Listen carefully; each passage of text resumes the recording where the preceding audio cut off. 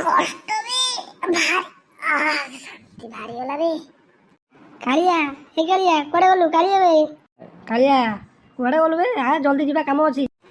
ଆବେ ରହିଥାବେ ସଇଲା ଯାଉଛି। ହଉ ହଉ ଜଲ୍ଦି ସାରିକି ମୁଁ ଏଇଠି ବସିଛୁ ଆମେ ଦି ଜଣ।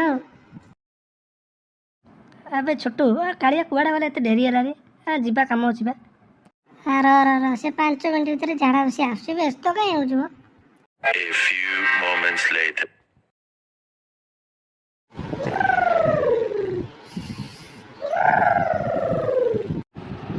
ଛୋଟୁ ବେ, ହେ ଛୋଟୁ, ଦେଖିଲୁ କାଳିଆ ଆସିଲା ନାହିଁ? ହଁ ଦେଖୁଛି ର। ଆବେ ଛୋଟୁ ଆଉ ନାଣ୍ଡୁ ଶୋଇପଇଲେ କଣ ବେ? ଉଠ ମୁଁ ଆସିଲିଣି। ଚାଲ କଣ କାମ ଅଛି ଯିବା। ଆବେ ଛୋଟୁ, ଉଠୁ, କାଳିଆ ଆସିଲା ବେ, ଉଠୁ। ହଁ ଉଠୁଛି। କାଳିଆ ତୁ ସେ ଲାଟ୍ରିନ୍ ଭିତରେ ଏତେ ସମୟ କରୁଥିଲୁ କଣ କହିଲୁ? ଆସି 2 ଘଣ୍ଟା ହେଲା ଆମେ ବସି ଉଠେଇ ଶୋଇଲୁ, ତୁ କରୁଥିଲୁ ସେ ଭିତରେ କଣ? ହଁ ନାଇଁ କଣ କରିବି, ଝାଡ଼ା ଯାଇଥିଲି, ଝାଡ଼ା ବସିକି ଆସିଲି, କଣ କରୁଛି? ନାଇଁ କାଳିଆ, ତୁ ସତ କହ, ସେ ଭିତରେ ବସି କରୁଥିଲୁ କଣ? ଏତେ ସମୟ କଣ କରୁଥିଲୁ?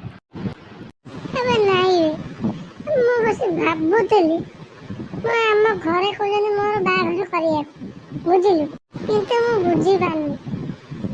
ଯଦି ଲଭ୍ ମ୍ୟାରେଜ କଲି ମତେ ଡ୍ରମରେ ମାରି ଦଉଛନ୍ତି, ଯଦି ଆରେଞ୍ଜ ମ୍ୟାରେଜ କଲି ତାହେଲେ ପ୍ରେସର କୁକର ବି ମାରି ଦଉଛନ୍ତି, ଆଉ ଯଦି କିଛି ନ କଲି ତାହେଲେ ଘରେ ବସି କରିବି କଣଟା ଭାବୁଥିଲି।